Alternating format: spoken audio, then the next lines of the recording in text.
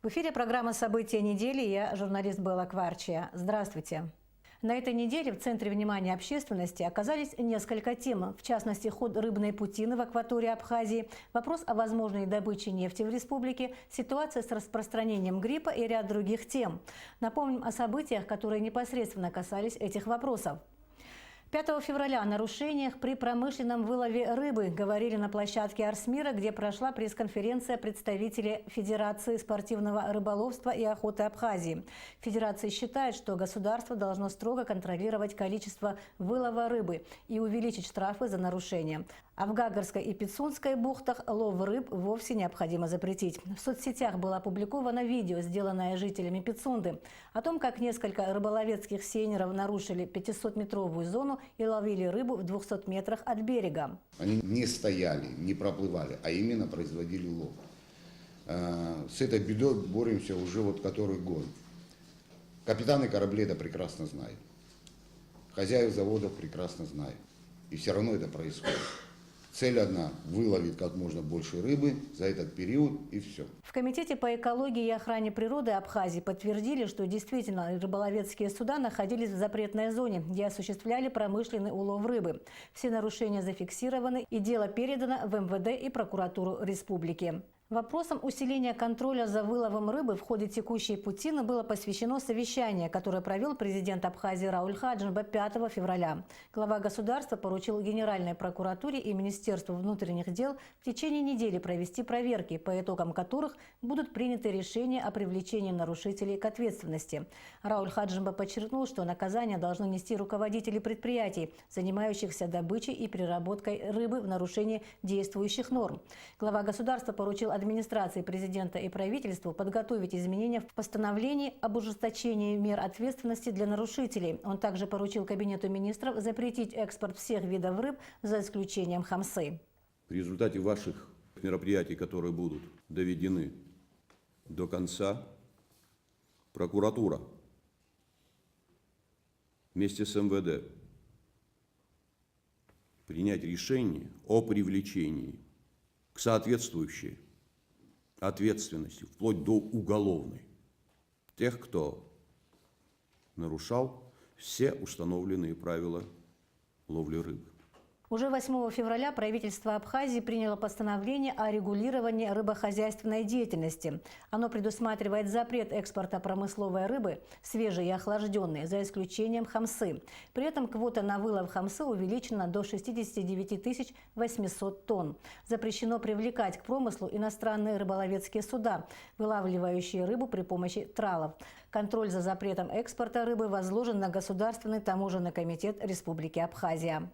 С 4 января в Абхазии поднялась цена на хлеб. В постановлении правительства указано, что буханка хлеба в 600 грамм из пшеничной муки высшего сорта будет стоить 24 рубля, из муки первого сорта – 23 рубля, хлеб из муки пшеничной второго сорта – 22 рубля за буханку.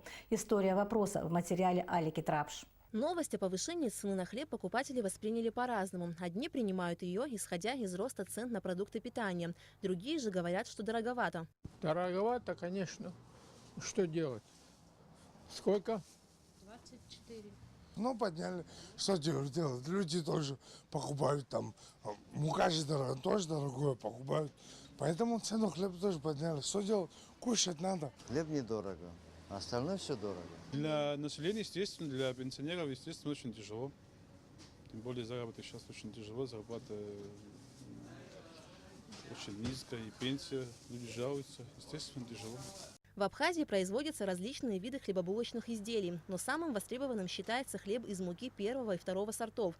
Увеличение стоимости на хлеб стало не случайным. Более месяца назад гильдия хлебопекарей Абхазии, куда входят 15 крупных предприятий страны, обратилась в Министерство экономики с просьбой повысить цену на хлеб в связи с повышением стоимости ее компонентов – муки, масла и дрожжей. Основное сырье – это мука высшего сорта. За последние полугодие цена поднялась процентов на 50. В связи с этим мы вынуждены поднять цену на хлеб. Мы запрашивали 26-27 рублей. Правительство пошло навстречу и нам, и заботилось о населении. Нашли золотую середину, подняли цену на хлеб до 24 рублей. Причиной повышения цены на муку в России стал невысокий урожай пшеницы в этом сезоне, вследствие чего повысились цены и на перевозку муки к нам в республику. Кроме того, ценообразование на хлеб зависит и от общезаводских расходов, куда входит стоимость горюче-смазочных материалов, а это уже дополнительные расходы. Печь хлеб себе в убыток пекари не могут. Вот почему они обратились с подобным предложением в правительство. Сегодня мука нам обходится в Республике Абхазия, значит, от 24 до 26 рублей за килограмм. Если мы организовываем свою доставку и так далее и тому подобное, с выгрузкой, вот такая сумма у нас. Чтобы наши граждане это как бы понимали, что это не от нас зависящие факторы. Мы уже работаем примерно полгода на убыток. На убыток почему? Потому что цена, как вы все знаете, на бензин было 32 рубля. Стоимость бензина стала 44, даже 45 местами. Что касается сырья, муки, в частности основное сырье, которое у нас идет, цена была 20 рублей, сегодня цена муки за килограмм 25-26 рублей. И вот если составить калькуляцию, все затраты на одну булку хлеба, то хлеб становится 20 рублей убыточным. Министерство экономики Абхазии – уполномоченный орган государственного управления в области государственного регулирования цен. Перед тем, как Кабмин принял решение повысить цены на хлеб, Минэкономики республики произвело соответствующий анализ сложившейся ситуации. В результате анализа действительно было выявлено, что закупочная цена на муку за пределами Абхазии более 28%, что само по себе весьма существенно. И помимо этого, также мы наблюдали за это время рост на горюче-смазочные материалы, что также ложится в конечную цену этого продукта. В то же время Министерством экономики были предприняты и другого рода действия, связанные с тем, чтобы не допустить рост цен, по крайней мере, чтобы этот рост был приемлем. И нами был подготовлен проект постановления правительства, согласно которому были существенно увеличены ввозные таможенные пошлины на хлеб не абхазского производства. Пошлины на импортируемые хлебобулочные изделия на территории Абхазии теперь составляют 10% от стоимости товара. Такое решение правительство приняло в целях поддержки местного производителя. Помимо этого, Кабинет министров Абхазии установил предельную оптовую торговую наценку на муку пшеничную, исчисляемую относительно ее таможенной стоимости при ввозе в республику в размере 15%. Аля Катрапша, Степан Мартиросян, Аляс Курсая, Анатолий Маланья. Абхазское телевидение. Вопрос о целесообразности промышленной добычи нефти обсудили в Общественной палате Абхазии 6 февраля. В дискуссии приняли участие экологи, депутаты, представители Министерства экономики и общественности. Их ознакомили с заключением рабочей группы Общественной палаты, которая была создана еще в 2010 году. Институт экологии должен был провести работу по оценке экологического состояния морской экосистемы, выявить факторы, которые негативно на нее влияют, а также разработать меры по снижению такого воздействия. Одна из крупнейших компаний России, Роснефть, несколько лет работает в Абхазии. Компания проводит исследовательские проекты на шельфе Гудаутского района, а также в других районах республики. Эти работы подразумевают не только обнаружение углеводородов, но и экологические съемки флоры, фауны и рельефа дна Черного моря. Подобные исследования принесут большую пользу для экологии Абхазии, говорят экологи. Начиная с 2010 года, это первый год, когда начался экологический мониторинг лицензионного участка площадью больше 3000 квадратных километров на Гудаутском шельфе. И за это время собран огромный объем материала, касающийся состояния экосистемы. Начиная от птиц, которые находятся в воздухе над морем, дельфинов, рыб, планктона, причем планктона, начиная с бактериального планктона, а также вся гидрохимия по слоям, начиная с нулевого уровня и заканчивая 1400 метров глубиной, а также состоянием донных осадков, их химического состава. На этой неделе в районе поселка Цандриб сотрудники госкомпании «Абхазавтодор» приступили к работам по вырубке реликтовой пицунской сосны вдоль республиканской трассы. В работе используется специальная техника. Деревья представляют серьезную угрозу. При непогоде они в любой момент могут упасть на проезжую часть, угрожая серьезными последствиями всем, кто находится на трассе. По этой причине 63 хвойных дерева, произрастающих вдоль республиканской трассы в районе поселка Цандриб, подлежат вырубке. В этом году, значит, вот уже вот с Нового года на трассе, значит, ПСО до въезда в Гагры упало 8 деревьев. Одно из деревьев попало на машину, но, к счастью, с водителем ничего не случилось, но машина была сильно повреждена. Бывают случаи, когда в 4 часа утра перекрывается дорога, падает дерево, поднимаем людей в 4 утра, в 6 утра. Экологи выехали на место и определили деревья, опасные деревья, и после этого начали мы эти работы. На этой неделе завершилась рабочая поездка премьер-министра Республики Абхазия Валерия Бганба в Турцию. В ходе поездки глава правительства посетил Абхазский культурный центр в Стамбуле и принял участие в церемонии заложения фундамента нового здания Абхазского культурного центра в Сакарье. Новое здание позволит центру совмещать в себе функции образовательной и культурной площадки. Был разговор с нашими соотечественниками, встреча, их было человек 250-300. Я коротко рассказал о ситуации в Абхазии, о наших планах. Было очень много вопросов касательно состояния нашего. Многие говорили, что надо немножко поработать над криминогенной ситуацией. Многие говорили о том, что очень затруднительна сегодня поездка наших соотечественников с Турции в Абхазию. Мы начали уточнять, действительно есть серьезные трудности, связанные прежде всего со стоимостью этого переезда. На второй день мы уже посетили Адапазар, где должен строиться центр. В этом центре будет практически все, чтобы и подрастающее поколение, и среднее поколение, и даже старшие знали все, что об Абхазии. Будет музей, будут кружки, будет изучение языка, будет изучение танцы, песни. То есть вот все, что возможно, рукоделие, все, что возможно, они будут, потому что здание большое, проект очень красивый, хороший.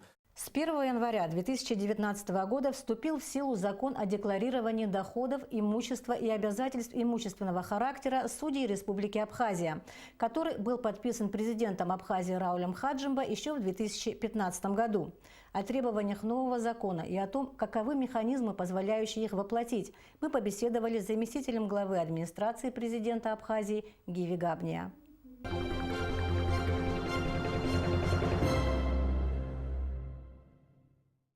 С 1 января 2019 года вступил в силу закон о декларировании доходов и имущества судьями Абхазии. Как юрист, как бы вы могли оценить этот закон, насколько он своевременен и необходим с точки зрения антикоррупционной составляющей?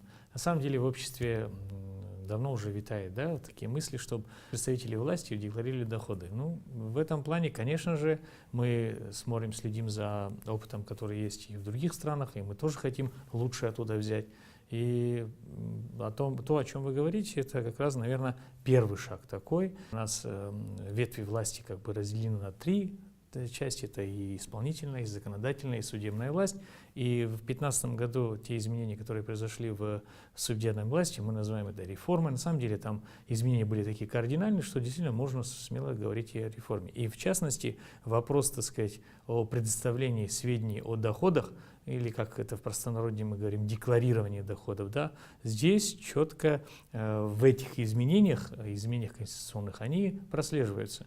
Это и в законе о судебной власти, и в специальном законе, это закон о декларировании доходов, имущества, имущественных обязательств судей. Все эти элементы попали в это законодательство. Я считаю, что это первый шаг, и это даже показательным будет, примером. Сейчас в рамках, парламента у нас все равно готовится закон о государственной службе, и здесь тоже намечаются моменты, связанные с предоставлением сведений о доходах, об имуществе и так далее. Потому что в обществе такая потребность, она уже давно имеется.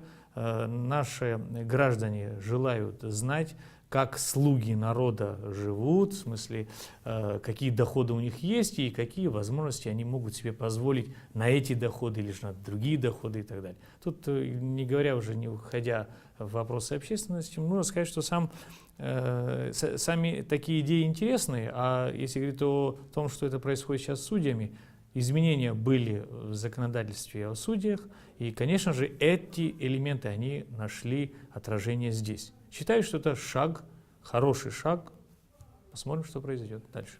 Когда мы обсуждали вот этот закон с другими представителями и общественности, и с некоторыми судьями, в неформальной обстановке, скажем так, возникал вопрос, почему начали именно вот с этой категории, именно судейского сообщества, насколько это справедливо. Вот многие думают, почему не чиновники, почему не министры, другие чиновники высокого ранга, а именно судьи. Ну, посмотрите, раньше мы вообще говорили о том, что вот у судей нет власти, да, это власть, ну, скажем, судебная власть была принижена и так далее. И, конечно же, в первую очередь реформы пошли в этой части, так сказать, ветви власти. И когда проводишь реформу, нужно уже, так сказать, закладывать такие элементы, которые будут работать не только там на год, 2, 5, а уже базовые элементы, которые могут работать на будущее. Поэтому эти элементы, так называемые, ну, в частности, мы говорим только же частности, правильно же, всей реформы судебной. Вопрос, связанный с предоставлением сведений о доходах и, так сказать, об имуществе, они, конечно, нашли отражение и здесь. Поэтому, когда говорят, что почему именно у нас, почему не у других, это время само такое. Значит, если мы занимались вопросами изменения в судебной власти, значит, лучшие элементы должны были войти туда. Как будет работать механизм декларирования доходов? Допустим, если легче определить доходы, то кто будет считать расходы? Каким образом это будет делаться? А есть специальный закон, это закон о декларировании доходов, там, имущества и обязательств имущественного характера.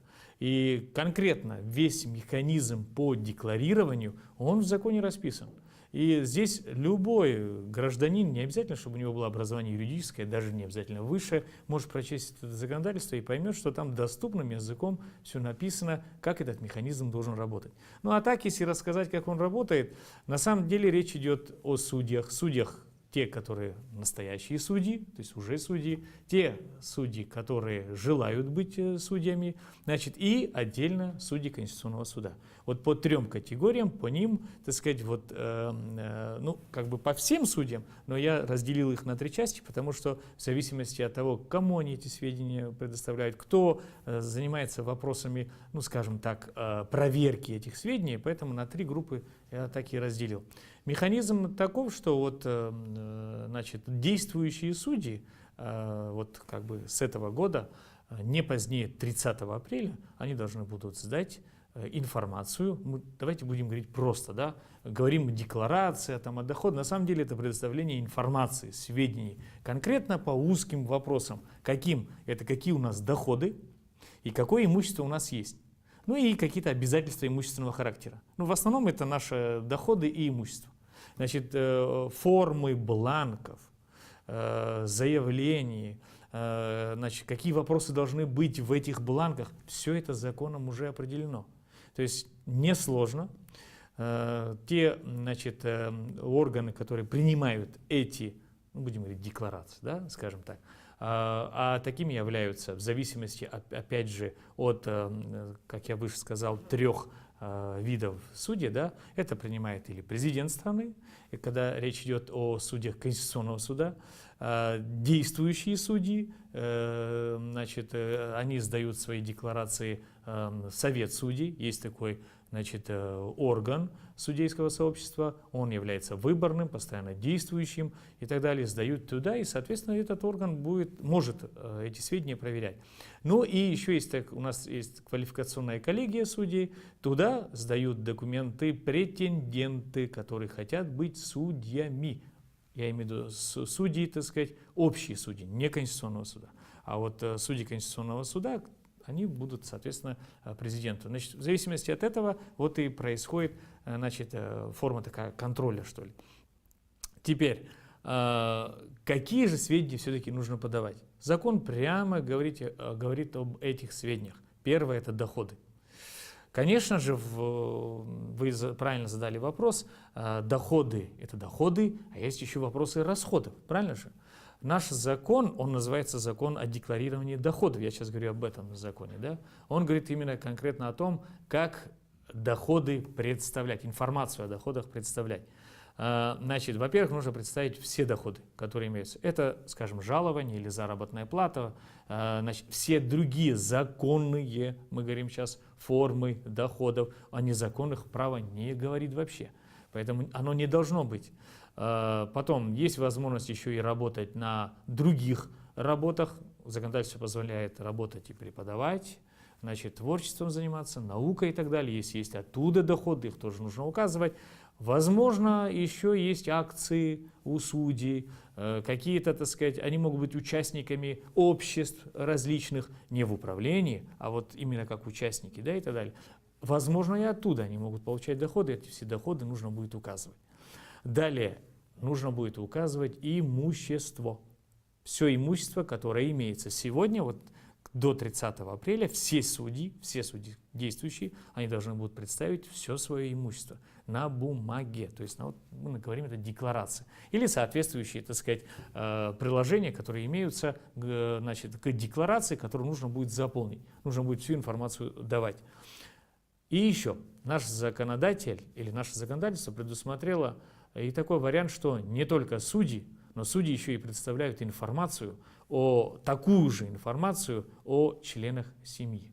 Это супруг-супруга, то есть если, понимаете, да, значит, супруг, значит, подаст информацию еще о супруге, если супруга, то, ну, скажем, судья женщина, значит, подаст, если у нее есть муж, значит, еще и информацию по доходам мужа. И еще несовершеннолетние дети.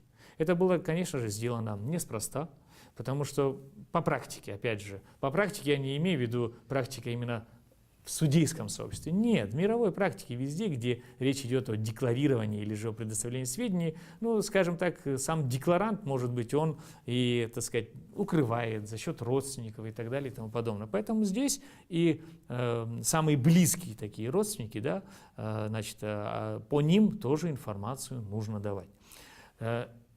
Это полная информация получается.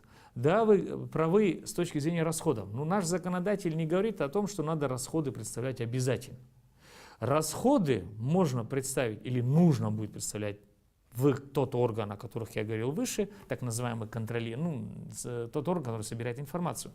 Если есть на то информация или как основание для того, чтобы проверить расходы, если эта информация исходит, там, например, от государственных органов, органов самоуправления, местного самоуправления, от юридических лиц, от граждан. Например, судья там, Габния там, приобрел яхту, например. Да? И тут раз резонанс.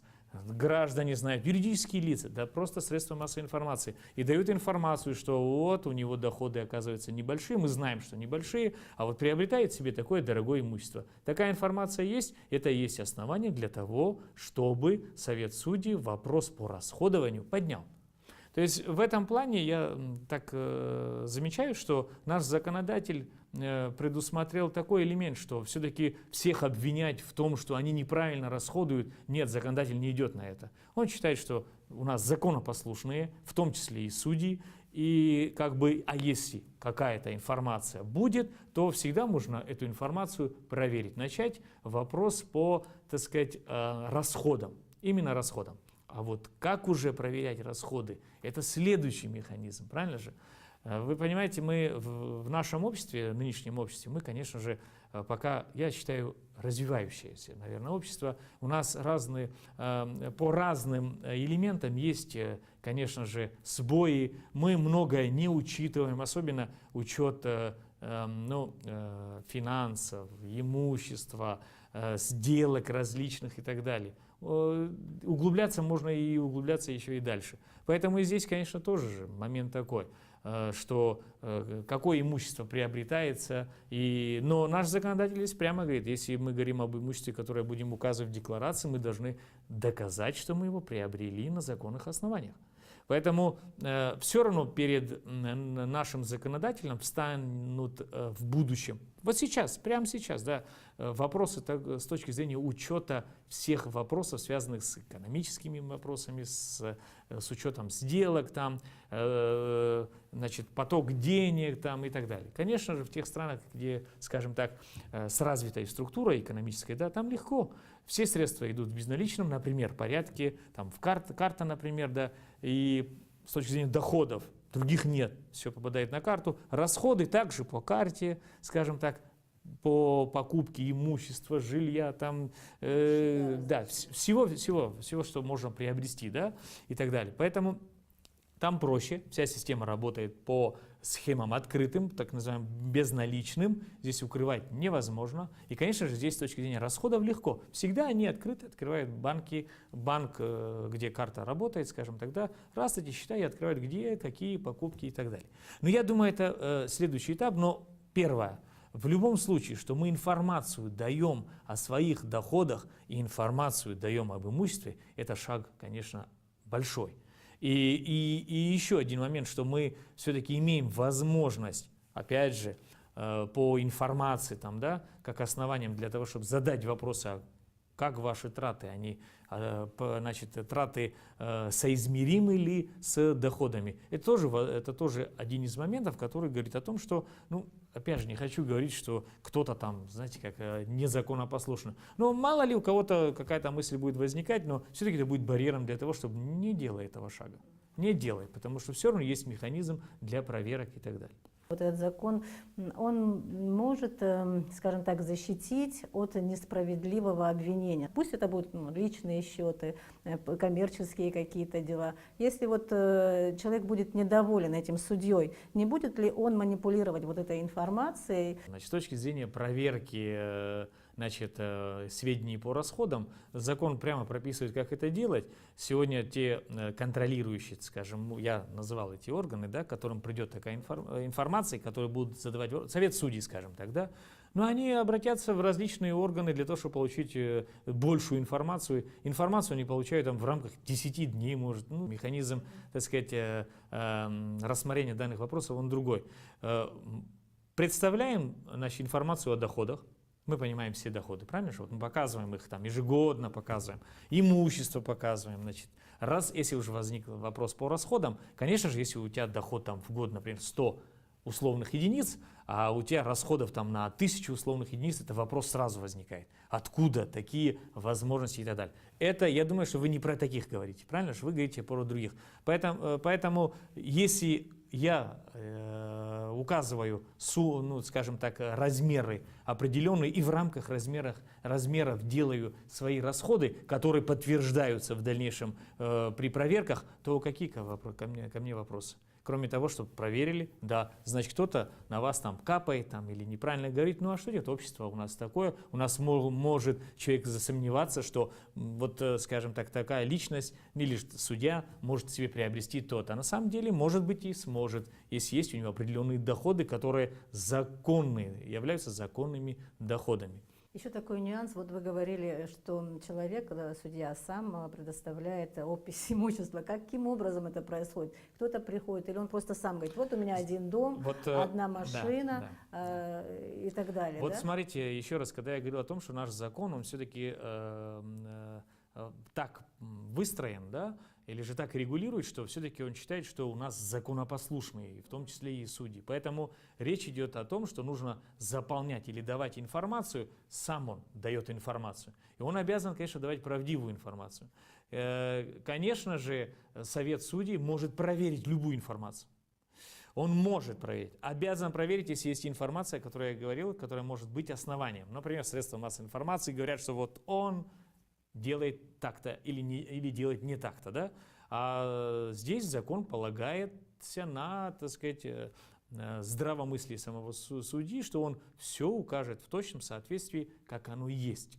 Вот, и вы знаете, тут у нас в наше законодательство конкретно указывает, какое имущество нужно указывать. Конкретно. Это движимое имущество, недвижимое имущество и транспортные средства отдельной графой у нас идут. То есть вот то, что, наверное, бросается в первую очередь, понимаете, да? То есть, поэтому здесь сам судья, он понимает, что смысл укрывать. Тем более, что наше законодательство еще и защищает здесь информацию о нем тоже.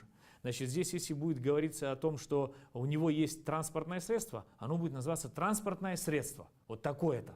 А не конкретно, допустим, там, с номером, с регистрацией, где и далее. Это уже сами, значит, сам совет судей понимает, что оно зарегистрировано и так далее. Это опять же, чтобы ограждать от воздействия со стороны.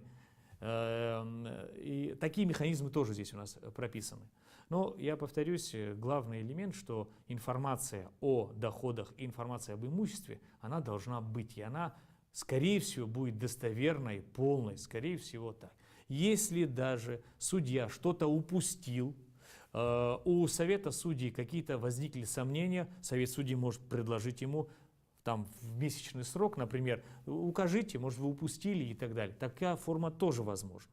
Но закон это тоже предусматривает. Я думаю, что демократичный такой закон, или демократический закон. С апреля месяца должны предоставить... До 30 апреля. До 30 В апреля законе предоставить конкретно декларацию, да? За какой период? Именно на апрель месяц или же Нет. на все свое судейское прошлое, скажем Смотрите, так? доходы будут делаться за вот первый раз. Ну, понимаете, когда первый раз, оно всегда какой-то точка отсчета должна быть, правильно же, да? На первый раз они имущество свое указывают, которое имеют на сегодняшний день. Но они указывают имущество это, а если какой-то вопрос возникнет, откуда имущество взялось, то сроки приобретения имущества и так далее, они будут предоставляться отдельно, они могут предоставляться. Доходы указываются за год, ну вот за, вот, скажем, последний, или же за тот период, пока судья исполняет свои обязанности, я имею в виду меньше года. И вот считайте, что точка отсчета будет именно с 30 апреля 2019 года, это уже новые этапы. А до этого информация, она будет первоначальной, как базовая информация. То есть, например, если я, судья, допустим, сегодня показал, что у меня есть дом, стоимость там, ну, скажем, вот дом, приобретал я его когда-то, и стоимость там в районе там, 10 тысяч условных единиц, значит, оно останется как база. И оно у меня будет постоянно. Эта информация хранится. Кстати, информация о сведениях, она хранится в Совете судей 10 лет.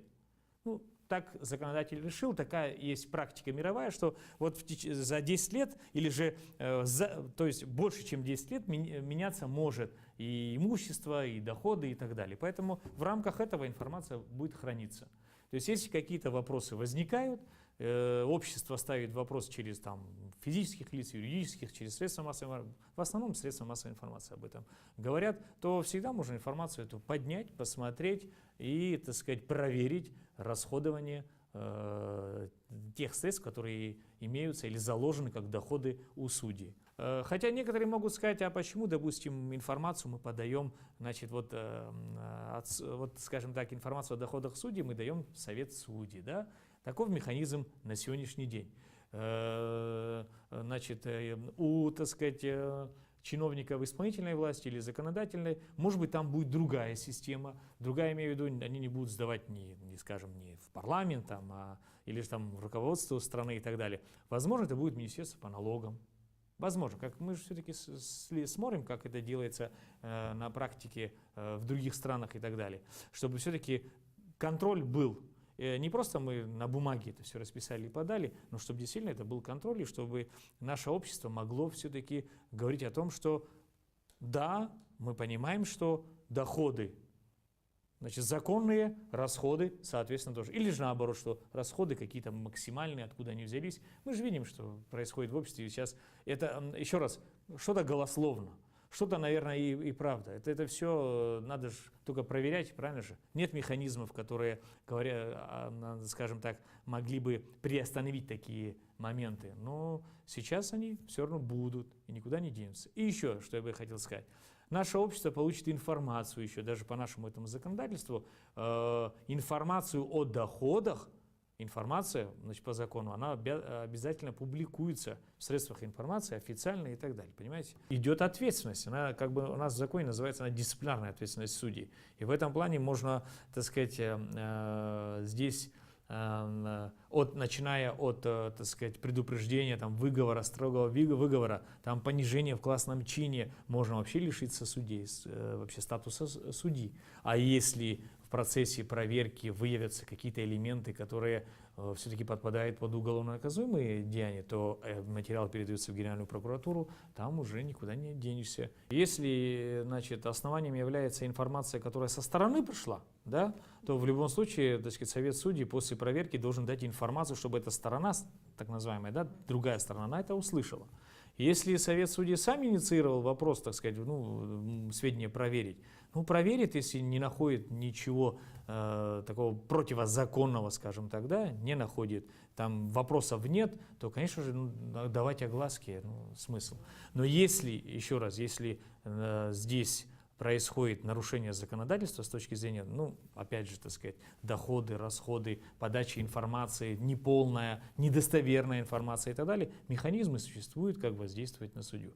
Это я не просто по судьям говорю, я говорю о том, что в будущем таков же механизм будет и по, так сказать, представителям других ветвей власти. Ну, как мы говорим, там, чиновники, да, мы говорим, это и законодательная власть, и исполнительная власть.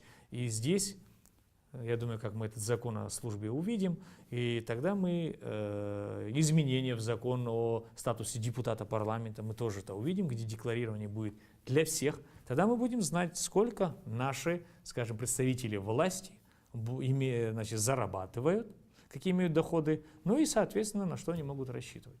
Я думаю, что это интересно, мы уже какую-то практику будем приобретать.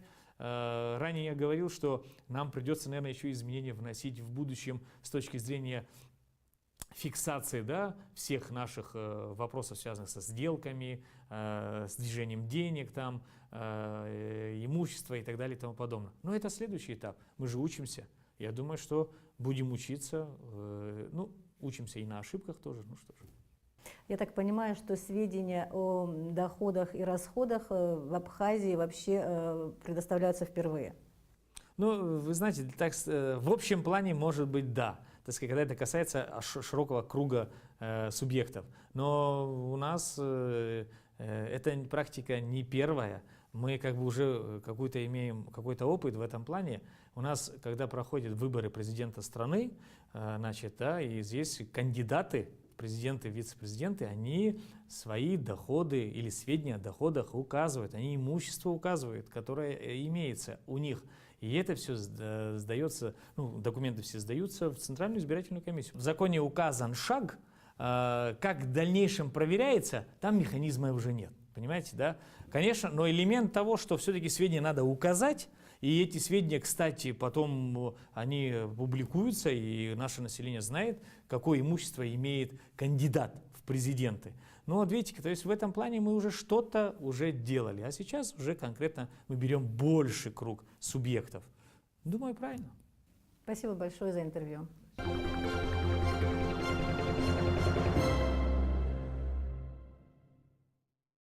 А теперь к новостям субботы. Просветительская акция «Открытая лаборатория» прошла в Сухуме. Организовали мероприятие представительства Россотрудничества в Абхазии совместно с Министерством образования и науки Республики, Институтом ботаники и НИИПИТом. Участники проекта проверяли свои знания в сфере физики, химии и биологии. Чему была приурочена акция и насколько она популярна в мире? Репортаж наших корреспондентов. Какой самый кратчайший путь из Москвы в Нью-Йорк? Наличием какого элемента определяется цвет поверхности планеты Марс и цвет крови человека? Как замаскировать корабль в открытом море? На эти и многие другие вопросы должны были ответить участники открытой лаборатории «Лаба». В массовой акции по проверке научных знаний участвовали ученики столичных школ старше 12 лет, а также студенты АГУ. Проверить свои базовые представления о химии, физике, биологии, астрономии они могли через тестирование. Для этого всем раздали специальный журнал лаборантов с вопросами из разных областей науки. Стоит отметить, что лаба – это не экзамен, а познавательная игра, причем беспроигрышная. И если участник игры окажется прав, укрепит уверенность в своих знаниях. Ошибется, узнает много нового и избавится от заблуждений. Были очень интересные вопросы, мы были всем довольны. Именно эта лабораторная работа нас очень заинтересовала. Мы представляем нашу школу Александра Сергеевича Пушкина, чтобы она продвигалась все дальше, и мы хотим, чтобы мы победили. Это было очень интересно и познавательно. Я думаю, теперь мы даже нашим друзьям расскажем что-то новое, и они тоже что-то новое узнают. И я считаю, что нужно почаще проводить такие мероприятия, потому что подростковое поколение, как мы, дети, тоже должны что-то новое узнавать. 2019 год объявлен ООН Международным годом периодической таблицы химических элементов и открывает год Менделеева глобальная просветительская акция «Открытая лабораторная», которая традиционно проходит во многих странах мира. В Абхазии она проходит впервые. Открытая лабораторная лаба – это увлекательная проверка своих представлений о мире через призму физических, химических и биологических знаний. Открытая лабораторная – это мероприятие с целью популяризации научного творчества и научной деятельности в естественных науках – физике, химии, биологии, астрономии, и других. Это мероприятие проводится с целью